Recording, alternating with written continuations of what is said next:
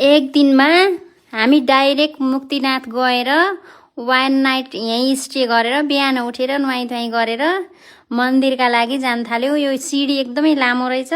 हिँड्दा केटीसँग बस्दै गरेर चाहिँ माथि चाहिँ पुग्यो। माथि पनि हल्का हिँड्न पर्दो रहेछ। अनि आज चाहिँ एकदमै दामी स्नोफल भइरहेको थियो। अनि हल्का फुल्का रमाउँदै केटाकेटीसँग हिउँ खेल्दै मन्दिरमा गयौँ। यहाँको टेम्परेचर आज -7-8 थियो। चिसो थियो वेदर पनि, एकदमै जाडो थियो। मन्दिरमा गएर नुहाएर पूजाआजा गरियो। आउन मन थियो एकदमै, अनि आइयो। रमाइलो लाग्यो, आनन्द फिल भयो। चिसो थियो, हिउँ परिरहेको थियो। अनि केटाकेटीले उता साइडमा चाहिँ हिउँ परेको थियो, खेल्न जाऊँ भनेर हिउँ पनि खेल्यो हल्का फुल्का। मन्दिरमा पूजा गरेर भ्याएपछि हिउँ खेल्यौँ। बच्चाहरू लिएर जान खासै सजिलो त छैन। बाटो पनि त्यस्तै अफरोड, एकदमै धेरै अफरोड गएर त्यही पनि बाटो जस्तो भए पनि ठाउँमा पुगेपछि चाहिँ आनन्द भयो। पूजा गरेर हिउँहरूमा खेलेर मेरी सानी माया पनि खेलिन् मजाले।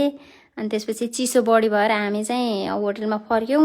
होटलमा पनि एकदमै धेरै आइस परिरहेको थियो। -7 थियो यहाँको टेम्परेचर, आजको टेम्परेचर चाहिँ।